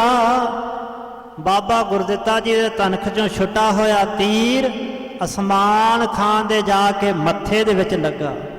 ਭਾਈ ਸੰਤੋਖ ਸਿੰਘ ਜੀ ਦੀ ਕਵਿਤਾ ਦਾ ਕਮਾਲ ਹੈ, ਕਹਿੰਦੇ ਮਾਨੋ ਸੱਪ ਖਜ਼ਾਨਾ ਵੇਖ ਕੇ ਪਹੁੰਚ ਗਿਆ, ਕਿਉਂਕਿ ਸੱਪ ਖਜ਼ਾਨੇ ਤੇ ਆਉਂਦਾ ਹੈ। ਪੈਸਿਆਂ ਦਾ ਢੇਰ ਹੋਵੇ, ਖਜ਼ਾਨਾ ਹੋਵੇ ਤੇ ਸੱਪ ਆ ਕਰਕੇ ਉੱਥੇ ਪਹੁੰਚ ਜਾਂਦਾ। ਭਾਈ ਸਾਹਿਬ ਕਹਿੰਦੇ ਉਹ ਤੀਰ ਜਿਹੜਾ ਸੱਪ ਦੀ ਨਿਆਈ ਸੀ ਨਾ, ਉਹ ਸਮਝੋ ਜਾ ਕਰਕੇ ਕਹਿੰਦੇ ਉਹ ਖਜ਼ਾਨੇ ਤੇ ਹੀ ਬੈਠ ਗਿਆ ਹੋਵੇ। ਫੋਰ ਸਿਰ ਕੋ ਫੋਰ ਪਾਰ ਤਬ ਪਰਿਓ, ਅੱਖਾਂ ਅਸਮਾਨ ਤਰੰਗ ਤੇ ਗਿਰਿਓ। ਅਸਮਾਨ ਖਾਨ ਦਾ ਸਿਰ ਪਾੜ ਕੇ, ਸਿਰ ਨੂੰ ਫੋੜ ਕਰਕੇ ਤੀਰ ਪਾਰ ਹੋ ਗਿਆ। ਅਸਮਾਨ ਖਾਨ ਆਪਣੇ ਘੋੜੇ ਤੋਂ ਥੱਲੇ ਧਰਤੀ ਤੇ ਡਿੱਗ ਪਿਆ। ਪਰਿਓ ਨਿਗਟ ਬਾਬਾ ਚੱਲ ਗਏਓ, ਜਾਨ ਸਖਾ ਸਮ ਤਬ ਰੁਦ ਨਏਓ। ਜਦੋਂ ਅਸਮਾਨ ਖਾਂ ਥੱਲੇ ਧਰਤੀ ਤੇ ਡਿੱਗਾ ਸੀ, ਬਾਬਾ ਗੁਰਦਿੱਤਾ ਜੀ ਉਹਦੇ ਨੇੜੇ ਚੱਲ ਕੇ ਜਾ ਪਹੁੰਚੇ। ਆਪਣਾ ਸਖਾ ਮਿੱਤਰ ਜਾਣ ਕਰਕੇ ਬਾਬਾ ਗੁਰਦਿੱਤਾ ਜੀ ਦੇ ਨੇਤਰਾਂ ਦੇ ਵਿੱਚੋਂ ਜਲ ਵਹਿ ਤੁਰਿਆ। ਵਿਧੀ ਚੰਦ ਪਿਖ ਕੇ ਤਤਕਾਲਾ, ਹੈ ਕੋ ਪ੍ਰੇਰਿਤ ਪਹੁੰਚਿਓ ਤਾਲਾ। ਉਸੇ ਸਮੇਂ ਬਾਬਾ ਵਿਧੀ ਚੰਦ ਵੇਖ ਕੇ ਛੇਤੀ ਨਾਲ ਆਪਣੇ ਘੋੜੇ ਨੂੰ ਛੇੜ ਕਰਕੇ ਬਾਬਾ ਗੁਰਦਿੱਤਾ ਸਾਹਿਬ ਜੀ ਦੇ ਕੋਲ ਛੇਤੀ ਨਾਲ ਜਾ ਪਹੁੰਚੇ। ਤੁਰਕ ਤੀਰ ਤੁਮ ਠਾਂਡੇ ਕਹਾਂ, ਦੇਖੋ ਲਸ਼ਕਰ ਉਮੜਿਓ ਮਹਾ। ਭਾਈ ਵਿਧੀ ਚੰਦ ਸਾਹਿਬ ਕਹਿਣ ਲੱਗੇ, ਬਾਬਾ ਜੀ ਇਸ ਤੁਰਕ ਦੇ ਕੋਲ ਤੁਸੀਂ ਕਿਉਂ ਖਲੋਤੇ ਹੋਏ ਹੋ? ਤੁਮ ਠਾਂਡੇ ਕਹਾਂ, ਕਾਹਦੇ ਲਈ ਖਲੋਤੇ ਹੋ? ਔਰ ਵੇਖੋ ਸਾਹਮਣੇ ਤੁਰਕਾਂ ਦਾ ਭਾਰੀ ਲਸ਼ਕਰ ਜਿਹੜਾ ਉਮੜ ਕਰਕੇ ਬਹੁਤ ਹਮਲਾ ਕਰਕੇ ਵੱਧ ਰਿਹਾ ਹੈ। ਬਨੋ ਸੁਚੇਤ ਲਰਨ ਕੈ ਹੇਤ, ਕੈ ਅਬ ਪਹੁੰਚੈ ਜਾਏ ਨਿਕੇਤ। ਤੇ ਤੁਸੀਂ ਸੁਚੇਤ ਸਾਵਧਾਨ ਹੋ ਜੋ ਲੜਨ ਵਾਸਤੇ। ਜੇਕਰ ਤੁਸੀਂ ਹੁਣ ਜੰਗ ਨਹੀਂ ਕਰਨਾ ਚਾਹੁੰਦੇ ਤਾਂ ਫਿਰ ਤੁਸੀਂ ਘਰ ਨੂੰ ਚਲੇ ਜਾਓ। ਸੁਨ ਕਰ ਸ੍ਰੀ ਗੁਰ ਦਿੱਤਾ ਕਹੈ, ਹਮ ਸੋ ਨਿਤ ਖੇਲਤ ਇਹ ਰਹੈ। ਸੁਣ ਕਰਕੇ ਬਾਬਾ ਗੁਰਦਿੱਤਾ ਸਾਹਿਬ ਕਹਿਣ ਲੱਗੇ, ਭਾਈ ਵਿਧੀ ਚੰਦਾ ਮੇਰਾ ਮਿੱਤਰ ਸੀ, ਅਸੀਂ ਇਕੱਠੇ ਖੇਡਦੇ ਰਹੇ ਸੀ, ਸੋ ਅਸੀਂ ਰੋਜ਼ਾਨਾ ਹੀ ਇਹਦੇ ਨਾਲ ਖੇਡਦੇ ਹੁੰਦੇ ਸੀ। ਬੈਸ ਬਰੋਬਰ ਧਰਤ ਸਨੇਹੋ, ਮਿਲਵਤ ਬਿਹਸਤ ਨਿਤ ਪ੍ਰਤ ਇਹੋ। ਤੇ ਸਾਡੀ ਉਮਰ ਦੇ ਬਰਾਬਰ ਹੀ ਇਹਦੀ ਉਮਰ ਸੀ ਤੇ ਆਸ 'ਚ ਮਿਲ ਕਰਕੇ ਇਸ ਤਰ੍ਹਾਂ ਬੜਾ ਸੀ ਖੁਸ਼ ਆਨੰਦ ਨਿਤਾਂ ਪ੍ਰਤੀ ਹੁੰਦੇ ਸੀ। ਬੋਲਤ ਵਹਿਰ ਅਰੂਢ ਸਿਧਾਰਤ, ਮਿਲ ਹਮ ਸੋ ਬਨ ਮ੍ਰਿਗਨ ਸੰਘਾਰਤ। ਤੇ ਮੇਰੇ ਨਾਲ ਗੱਲਾਂ ਬਾਤਾਂ ਕਰਦਾ ਹੋਇਆ ਘੋੜੇ ਤੇ ਸਵਾਰ ਹੋ ਕੇ ਮੇਰੇ ਨਾਲ ਬਾਹਰ ਜੰਗਲ 'ਚ ਸ਼ਿਕਾਰ ਖੇਡਣ ਜਾਂਦਾ ਸੀ। ਅਸੀਂ ਦੋਵੇਂ ਹੀ ਮਿਲ ਕਰਕੇ ਜੀਵਾਂ ਦਾ ਸੰਘਾਰ ਕਰਦੇ ਸੀ। ਅਬ ਨਹਿ ਉਠਤ ਨ ਬੋਲਤ ਕੈਸੇ, ਹਮ ਟਿਕ ਖਰੇ ਦੇਖ ਕਰ ਐਸੇ। ਤੇ ਭਾਈ ਵਿਧੀ ਚੰਦ ਸਾਹਿਬ ਜੀ ਹੁਣ ਇਹ ਨਹੀਂ ਉੱਠ ਰਿਹਾ, ਇਹ ਤਾਂ ਹਿਲ ਜੁਲ ਨਹੀਂ ਰਿਹਾ ਹੈ, ਤੇ ਅਸੀਂ ਇਹਦੇ ਕੋਲ ਇਸੇ ਵਾਸਤੇ ਖਲੋਤੇ ਹਾਂ ਕਿ ਇਹ ਇਸ ਨੂੰ ਹੋ ਕੀ ਗਿਆ ਹੈ, ਤੀਰ ਵੱਜਣ ਕਰਕੇ ਨੂੰ ਕੀ ਹੋ ਗਿਆ ਹੈ। ਸੋ ਅਸਮਾਨ ਖਾਨ ਦੇ ਮਰਨ ਤੇ ਬਾਬਾ ਗੁਰਦਿੱਤਾ ਜੀ ਦਾ ਹਿਰਦਾ ਬੜਾ ਦਰਵਿਆ ਹੈ, ਬੜਾ ਪਿੰਗਲਿਆ ਪਿਆਰ ਦੇ ਵੇਗ ਵਿੱਚ ਆਇਆ ਹੈ। ਇਹ ਵੀ ਬਾਬਾ ਗੁਰਦਿੱਤਾ ਸਾਹਿਬ ਜੀ ਦੇ ਜਿਉਂਦੇ ਜਾਗਦੇ ਅੰਦਰਲੇ ਆਤਮ ਬਲ ਤੇ ਪਿਆਰ ਦੇ ਸਬੂਤ ਹਨ। ਇਹ ਨਿਸ਼ਾਨੀਆਂ ਹੁੰਦੀਆਂ ਹਨ ਮਹਾਂਪੁਰਖ ਦੀਆਂ, ਇਹ ਕਮਜ਼ੋਰੀ ਨਹੀਂ ਹੈ। ਜੋ ਰੂਹਾਨੀਅਤ ਵਿੱਚ ਜਾਗ ਨਹੀਂ ਰਹੇ ਉਹਨਾਂ ਦੇ ਦਿਲ ਮੈਦਾਨ ਜੰਗ ਵਿੱਚ ਕਠੋਰ, ਦਇਆਹੀਨ ਤੇ ਪੱਥਰ ਹੁੰਦੇ ਨੇ, ਸਖਤ ਹੁੰਦੇ ਨੇ। ਉਹਨਾਂ ਦੇ ਮਨਾਂ ਵਿੱਚ ਰਹਿਮ ਕਰਨਾ ਤੇ ਦਇਆ ਦੇ ਭਾਵ ਕਦੀ ਵੀ ਪੈਦਾ ਨਹੀਂ ਹੋ ਸਕਦੇ।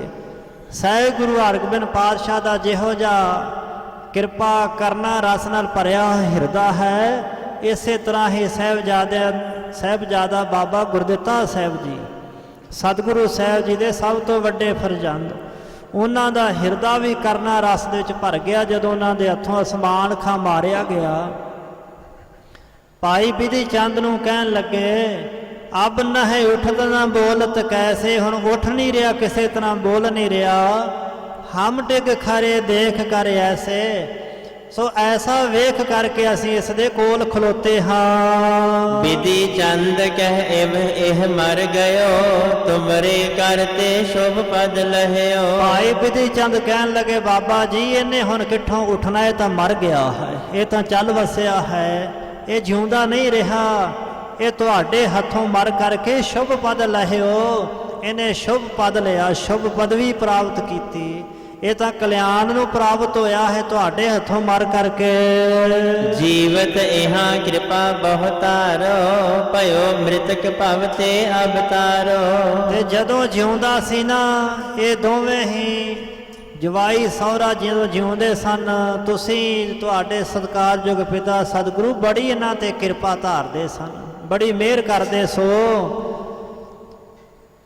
ਭਇਓ ਮ੍ਰਿਤਕ ਭਵ ਤੇ ਅਵਤਾਰੋ, ਬਾਬਾ ਜੀ ਹੁਣ ਇਹ ਮ੍ਰਿਤਕ ਹੋ ਚੁੱਕਾ, ਮਰ ਚੁੱਕਾ, ਤੁਸੀਂ ਕਿਰਪਾ ਕਰੋ ਇਹਨੂੰ ਸੰਸਾਰ ਸਾਗਰ ਤੋਂ, ਭਵ ਸਾਗਰ ਤੋਂ ਤਾਰ ਦੇਣਾ ਕਰੋ, ਇਹਦੀ ਆਤਮਾ ਦਾ ਉਧਾਰ ਕਰ ਦੋ। ਸੁਨ ਕਰ ਸ੍ਰੀ ਗੁਰ ਸੁਤ ਬਿਸਮਾਇਓ, ਸ਼ਸਤਰ ਧਰਨ ਕੋ ਇਹ ਫਲ ਪਾਇਓ। ਸੁਣ ਕਰਕੇ ਗੁਰੂ ਸਾਹਿਬ ਦੇ ਸੁਤ ਸਾਹਿਬਜ਼ਾਦੇ ਬਾਬਾ ਗੁਰਦਿੱਤਾ ਜੀ ਬੜੇ ਅਚਰਜ ਹੋਏ, ਹੈਰਾਨ ਹੋਏ ਕਿ ਸ਼ਸਤਰ ਧਾਰਨ ਕਰਨ ਦਾ ਆ ਫਲ ਪਾਇਆ ਹੈ। ਰਨ ਕੇ ਲਰਨ ਤਨ ਕਨ ਦਇਆ, ਪੁੱਤੋ ਸਖਾ ਸਮ ਹਮ ਹੱਥ ਦਇਆ।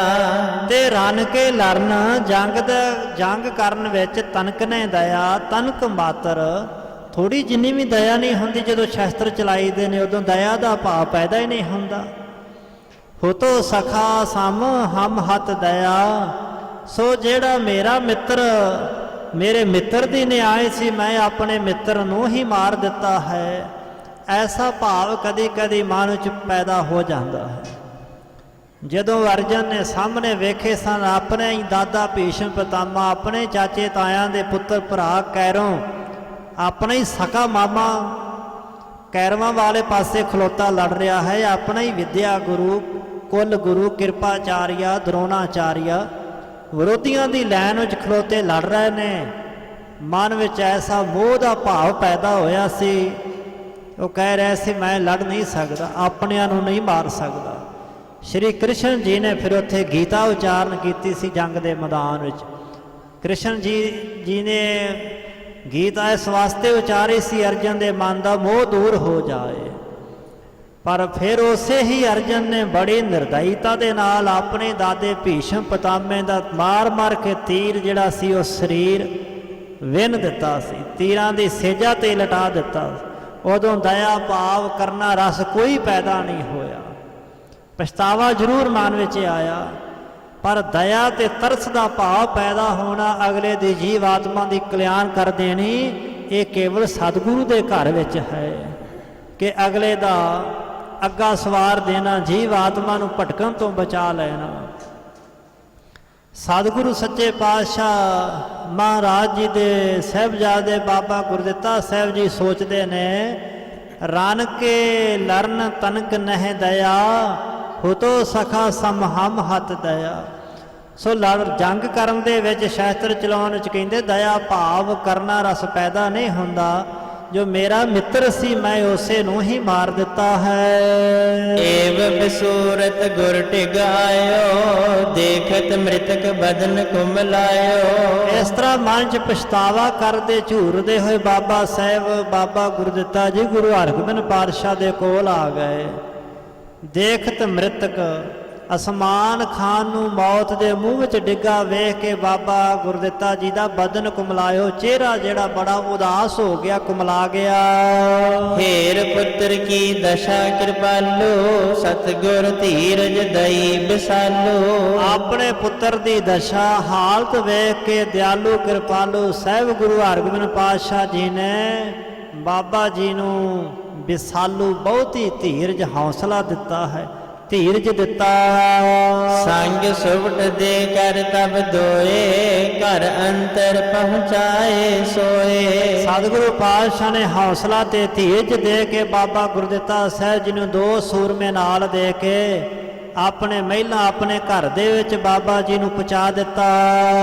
ਕਰ ਚਿਤ ਸ਼ਾਂਤ ਬੈਠ ਕਰ ਰਹੇ, ਭਏ ਤੂਸ਼ਨੀ ਸੁਨੇ ਨਾ ਕਹੇ। ਬਾਬਾ ਗੁਰਦਿੱਤਾ ਜੀ ਦਾ ਮਨ ਪਿਆਰ ਤੇ ਵਿਰਾਗ ਦੇ ਵਿੱਚ ਵਹਿ ਰਿਹਾ ਹੈ, ਲੀਨ ਹੋਇਆ ਹੈ, ਤੇ ਮਨ ਵਿੱਚ ਬੜਾ ਵਿਰਾਗ ਤੇ ਪਿਆਰ ਉੱਠ ਰਿਹਾ ਹੈ।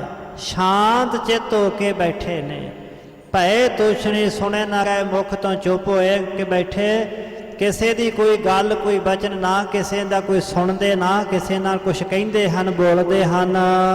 ਜਬ ਦੋਨੋਂ ਖਾਂ ਸਸੁਰ ਜਵਾਈ, ਸੰਗਰ ਕਨੇ ਘੋਰ ਮਹਿਕਾਈ। ਜਦੋਂ ਦੋਵੇਂ ਸਹੁਰਾ ਜਵਾਈ ਪੈਦੇ ਖਾਨ ਤੇ ਅਸਮਾਨ ਖਾਂ ਦੋਵੇਂ ਹੀ ਭਿਆਨਕ ਜੰਗ ਯੁੱਧ ਦੇ ਵਿੱਚ ਮਾਰੇ ਗਏ। ਕੁਤਬ ਖਾਨ ਅਰ ਕਾਲੇ ਖਾਨ ਤਿਆਗੀ ਆਸਾ ਵਿਜੈ ਮਹਾਨ। ਹੁਣ ਕੁਤਬ ਖਾਨ ਜਲੰਧਰ ਦਾ ਫੌਜਦਾਰ ਤੇ ਕਾਲੇ ਖਾਨ ਇਹਨਾਂ ਦੋਵਾਂ ਨੇ ਆਸਾ ਛੱਡ ਦਿੱਤੀ। ਵਿਜੇ ਮਹਾਨ ਜਿਹੜੀ ਕਹਿੰਦੇ ਸਨ ਵੱਡੀ ਵਿਜੇ ਲਵਾਂਗੇ, ਜਿੱਤ ਪ੍ਰਾਪਤ ਕਰਾਂਗੇ। ਹੁਣ ਵਿਜੇ ਦੀ ਜਿੱਤ ਦੀ ਵੱਡੀ ਆਸਾ ਜਿਹੜੇ ਸੀ ਉਹ ਛੱਡ ਦਿੱਤੀ। ਲਸ਼ਕਰ ਜਿਸਕੇ ਸੰਗ ਚੜਾਇਓ ਹੁਕਮ ਸ਼ਾਹ ਕਰ ਹਮੈ ਪਠਾਇਓ। ਕਹਿਣ ਲੱਗਾ ਜਿਸ ਦੇ ਲਸ਼ਕਰ ਜਿਸਕੇ ਸੰਗ ਚੜਾਇਓ, ਜਿਹਦੇ ਨਾਲ ਇਹ ਸਾਰਾ ਲਸ਼ਕਰ ਚੜਾਇਆ ਸੀ, ਸਾਰੀਆਂ ਫੌਜਾਂ ਤੋਰੀਆਂ ਸੀ, ਸ਼ਾਹਜਹਾਨ ਬਾਦਸ਼ਾਹ ਨੇ ਸਾਨੂੰ ਹੁਕਮ ਕਰਕੇ ਜਿਹਦੇ ਨਾਲ ਪਠਾਇਓ ਭੇਜਿਆ ਸੀ। ਸੋ ਬਾਜ਼ੀ ਸਭ ਹੋਈ ਨਾਸ਼ ਗੁਰ ਪਕਰਨ ਕੋ ਛੁਟਿਓ ਵਿਸਾਸ। ਉਹ ਬਾਜੀ ਉਹ ਖੇਡ ਪੈਦੇ ਖਾਂ ਸਮਾਨ ਖਾਣ ਵਾਲੀ ਖਤਮ ਹੋ ਗਈ, ਉਹ ਖੇਲ ਖਤਮ ਹੋ ਗਿਆ ਹੈ, ਉਹ ਬਾਜੀ ਨਾਸ਼ ਹੋ ਗਈ, ਬਾਜੀ ਹੀ ਸਮਾਪਤ ਹੋ ਗਈ ਹੈ। ਹੁਣ ਤਾਂ ਗੁਰੂ ਸਾਹਿਬ ਨੂੰ ਪਕੜਨ ਕੋ ਛੁਟਿਓ ਵਿਸਾਸ, ਗੁਰੂ ਨੂੰ ਫੜਨ ਦਾ ਵਿਸ਼ਵਾਸ ਭਰੋਸਾ ਛੁੱਟ ਗਿਆ। ਹੁਣ ਤਾਂ ਭਰੋਸਾ ਤੇ ਵਿਸ਼ਵਾਸ ਟੁੱਟ ਗਿਆ ਹੈ ਕਿ ਅਸੀਂ ਗੁਰੂ ਹਰਗੋਬਿੰਦ ਸਾਹਿਬ ਨੂੰ ਫੜ ਸਕਾਂਗੇ। ਕਾਲੇ ਖਾਨ ਬਖਾਨਤ ਖਰੋ ਕਹੋ ਕੁਤਬ ਖਾਂ ਅਬ ਕਿਆ ਕਰੋ। ਹੁਣ ਕਾਲੇ ਖਾਂ ਕਹਿਣ ਲੱਗਾ ਕੁਤਬ ਖਾਂ ਵੱਲ ਵੇਖ ਕੇ ਕਿ ਹੇ ਕੁਤਬ ਖਾਨਾ ਤੂੰ ਦੱਸ ਹੁਣ ਅਸੀਂ ਕੀ ਕਰਨਾ ਕਰੀਏ। ਪੈਂਦੇ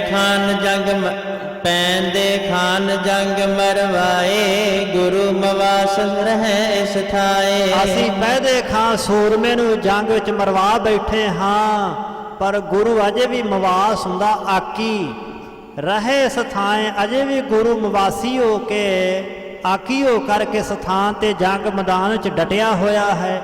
ਅਸੀਂ ਆਪਣਾ ਜਰਨੈਲ ਪੈਦੇ ਖਾਨ ਮਰਵਾ ਬੈਠੇ ਹਾਂ। ਹਟ ਕਰ ਲਵਪੁਰ ਔਰ ਸਿਧਾਰੇ ਕਿਮ ਹਜ਼ਰਤ ਕੋ ਬਦਨ ਦਿਖਾਰੇ। ਜੇਕਰ ਅਸੀਂ ਹੁਣ ਵਾਪਸ ਮੁੜ ਕਰਕੇ ਹਟ ਕਰਕੇ ਲਵਪੁਰ ਹੁੰਦਾ ਲਾਹੌਰ, ਲਵਪੁਰ ਔਰ ਸਿਧਾਰੇ ਲਾਹੌਰ ਸ਼ਹਿਰ ਦੇ ਵੱਲ ਜਾਣਾ ਕਰਾਂਗੇ ਨਾ, ਕਿਵੇਂ ਜਾ ਕੇ ਹਜ਼ਰਤ ਬਾਦਸ਼ਾਹ ਸ਼ਾਹਜਹਾਨ ਨੂੰ ਆਪਣਾ ਮੂੰਹ ਵਿਖਾਵਾਂਗੇ।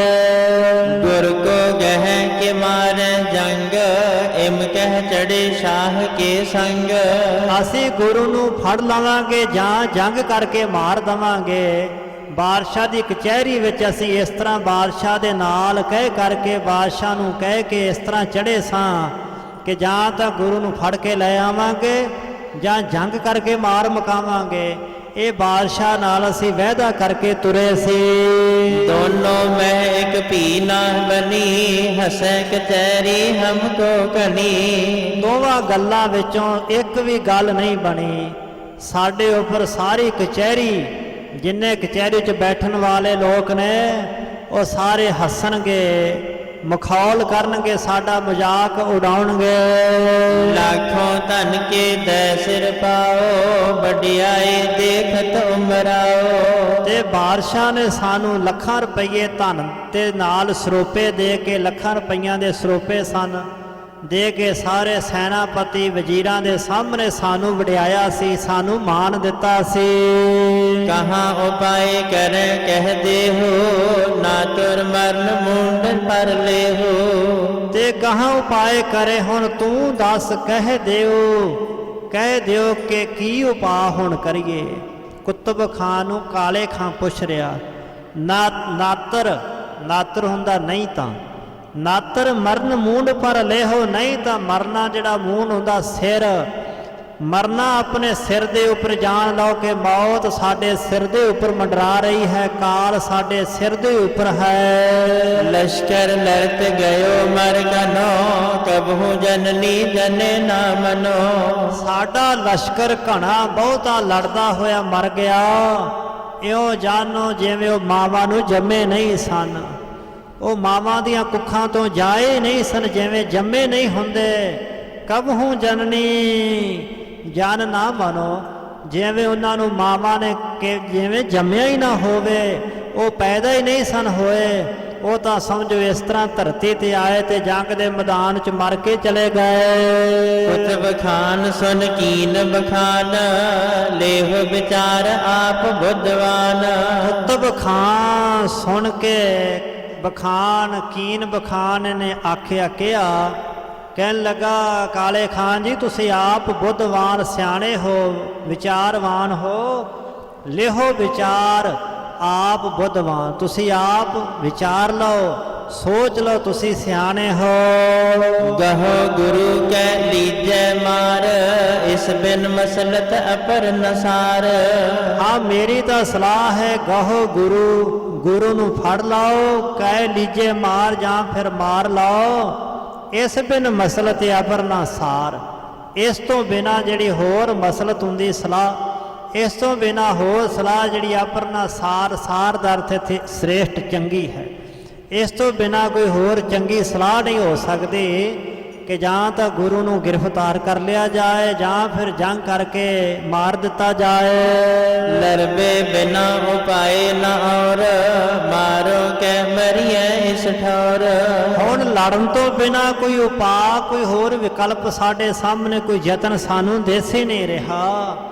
ਮਾਰੋ ਕੈ ਮਰੀਐ ਇਸ ਠੌਰ, ਜਾਂ ਫਿਰ ਗੁਰੂ ਨੂੰ ਮਾਰ ਲਓ ਜਾਂ ਫਿਰ ਆਪ ਇਸ ਥਾਂ ਤੇ ਮਰ ਜਾਓ। ਸਭ ਲਸ਼ਕਰ ਕੋ ਇੱਕ ਕਰ ਥਾਏ, ਸਮੁਖ ਚਲੇ ਧੁੰਦਬ ਬਜਵਾਏ। ਇਸ ਤਰ੍ਹਾਂ ਕਹਿ ਕੇ ਸਾਰਾ ਲਸ਼ਕਰ ਇੱਕ ਥਾਂ ਤੇ ਇਕੱਠਾ ਕਰਕੇ ਭਾਈ ਸਾਹਿਬ ਕਹਿੰਦੇ ਇਹਨਾਂ ਸਲਾਹ ਕੀਤੀ ਕਿ ਸਾਰਾ ਲਸ਼ਕਰ ਇੱਕ ਥਾਂ ਤੇ ਇਕੱਠਾ ਕਰਕੇ ਨਗਾਰਿਆਂ ਤੇ ਚੋਟਾਂ ਪਾ ਕੇ ਨਗਾਰੇ ਵਜਾਉਂਦੇ ਹੋਏ ਸਾਹਮਣੇ ਚੱਲੀਏ।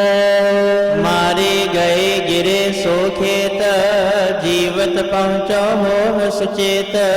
ਆਪਣੇ ਸਾਥੀਆਂ ਨੂੰ ਕਹਿ ਦਿੱਤਾ ਕਿ ਜਿਹੜੇ ਮਾਰੇ ਗਏ ਉਹ ਤਾਂ ਜੰਗ ਦੇ ਮੈਦਾਨ 'ਚ ਡਿੱਗ ਗਏ, ਜਿਹੜੇ ਜਿਉਂਦੇ ਬਚੇ ਨੇ ਉਹ ਸੁਚੇਤ ਸਾਵਧਾਨ ਹੋ ਕਰਕੇ ਅੱਗੇ ਲੜਨ ਵਾਸਤੇ ਪਹੁੰਚੋ।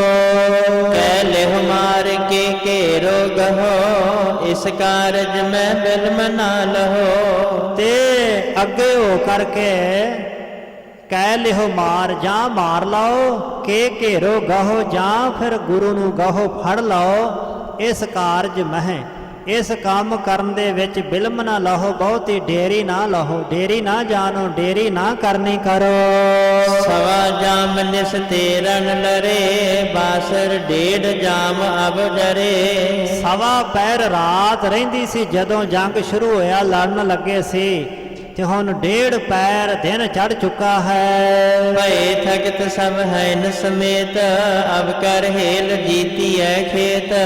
ਸੂਰਮਿਆਂ ਦੇ ਸਮੇਤ ਭੈ ਥਕਤ ਹੈਨ, ਘੋੜਿਆਂ ਸਮੇਤ ਸਾਰੇ ਸੂਰਮੇ ਥੱਕ ਚੁੱਕੇ ਨੇ, ਲੜਦੇ ਹੋਏ ਥੱਕੇ ਪਏ ਨੇ। ਇਸ ਵਾਸਤੇ ਉਹਨੂੰ ਇਕੱਠੇ ਹੱਲਾ ਕਰਕੇ ਅਬ ਕਰ ਹੇਲ ਜੀਤੀਐ ਖੇਤ, ਹੁਣ ਹੱਲਾ ਕਰਕੇ ਜੰਗ ਦਾ ਖੇਤ, ਜੰਗ ਦਾ ਮੈਦਾਨ ਜਿਹੜਾ ਹੈ ਉਹ ਜਿੱਤ ਲਈਏ। ਇਸ ਤਰ੍ਹਾਂ ਜਦੋਂ ਕਾਲੇ ਖਾਨ ਤੇ ਕੁਤਬ ਖਾਨ ਨੇ ਆਪਸ ਦੇ ਵਿੱਚ ਦੋਵਾਂ ਨੇ ਸਲਾਹ ਕੀਤੀ ਹੈ, ਦੋਵੇਂ ਚੜ੍ਹ ਕਰਕੇ ਇਕੱਠੇ ਹੋ ਕਰਕੇ ਫਿਰ ਆਮੋ ਸਾਹਮਣੇ ਦਾ ਯੁੱਧ ਜਿਵੇਂ ਕਰਦੇ ਹਨ। ਇਹ ਸਾਰਾ ਇਤਿਹਾਸ ਭਾਈ ਸਾਹਿਬ ਜੀ ਅੱਗੇ ਸੁਣਾ ਰਹੇ ਨੇ। ਜਿਵੇਂ ਫਿਰ ਭਾਈ ਮਹਿਰਾ ਗੁਰੂ ਕਾ ਸੈਨਾਪਤੀ ਸਿੱਖ ਸੀ ਔਰ ਕੁਤਬ ਖਾਂ, ਦੋਵਾਂ ਦਾ ਵੱਧ ਹੋ ਜਾਂਦਾ ਹੈ। ਦੋਵੇਂ ਜੰਗ ਦੇ ਮੈਦਾਨ 'ਚ ਲੜਦੇ ਹੋਏ ਜਿਵੇਂ ਡਿੱਗਦੇ ਹਨ, ਸ਼ਹੀਦੀ ਪ੍ਰਾਪਤ ਕਰਦੇ ਹਨ। ਭਾਈ ਸਾਹਿਬ ਜੀ ਉਹ ਜੰਗ ਦਾ ਨਕਸ਼ਾ ਸੀਨ ਅੱਗੇ ਬਿਆਨ ਕਰਦੇ ਹਨ। ਸੋ ਇੱਥੋਂ ਤੱਕ ਗੁਰੂ ਕੇ ਇਤਿਹਾਸ ਦੀ ਵਿਚਾਰ ਕਰਦਿਆਂ ਹੋਈਆਂ ਸਮੂਹ ਪ੍ਰਕਾਰ ਦੀਆਂ ਬੇਅੰਤ ਭੁੱਲਾਂ ਚੁੱਕਾਂ ਦੀ ਮਾਫੀ ਸਤਿਗੁਰੂ ਗੁਰੂ ਕੀ ਸੰਗਤ ਬਖਸ਼ਣਹਾਰ ਜੀ ਬਖਸ਼ ਲੈਣਾ। ਅੱਗੇ ਵਾਸਤੇ ਸਮਤ ਬਖਸ਼ਣੀ ਜੀ। ਸਵਾ ਜਾਮ ਨਿਸ ਤੇਰਨ ਲਰੇ, ਬਾਸਰ ਡੇਢ ਜਾਮ ਅਬ ਚਰੇ। ਭਏ ਥਕਤ ਸਭ ਹੈਨ ਸਮੇਤ, ਅਬ ਕਰ ਹੇਲ ਜੀਤੀਐ ਖੇਤ।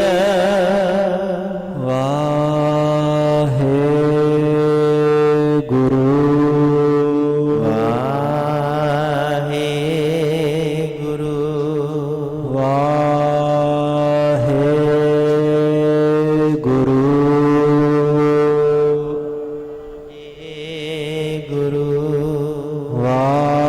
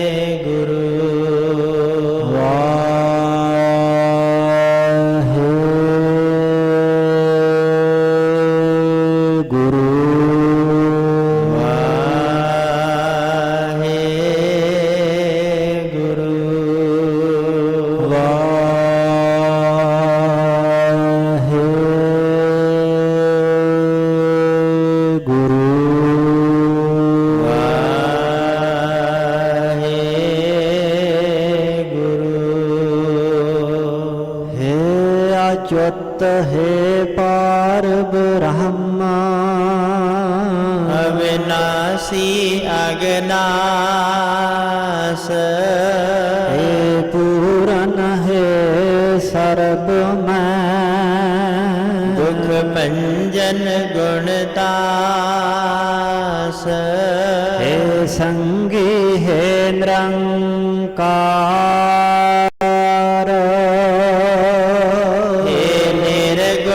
ਸਭ ਟੇਕ ਹੈ ਗੋਬਿੰਦ ਹੈ ਗੁਣ ਨਿਦਾਨ ਜਾ ਕੇ ਸਦਾ ਵਿਵੇਕ ਹੈ ਅਪਰੰਪਰ ਹਰ ਹਰੇ ਹੈ ਪੀ ਹੋਵਨਹਾਰ हे संत कै सदा संग निधारा आधार हे ठाकुर हाँ दास रो मैं निर्गुण गुण नहीं कोय। नानक दीजा नाम दान राखो हियै परोए। आए प्रभ शरणागति कृपा निध दयाल। एक अक्षर हार मन बसत नानक होत निहाल। वाहिगुरु नाम जहाज है चढ़े सो तरै पार। जो शरदा कार सेवंदे गुर पार उतारण हार। जो शरदा कार सेवंदे गुर पार उतारण हार।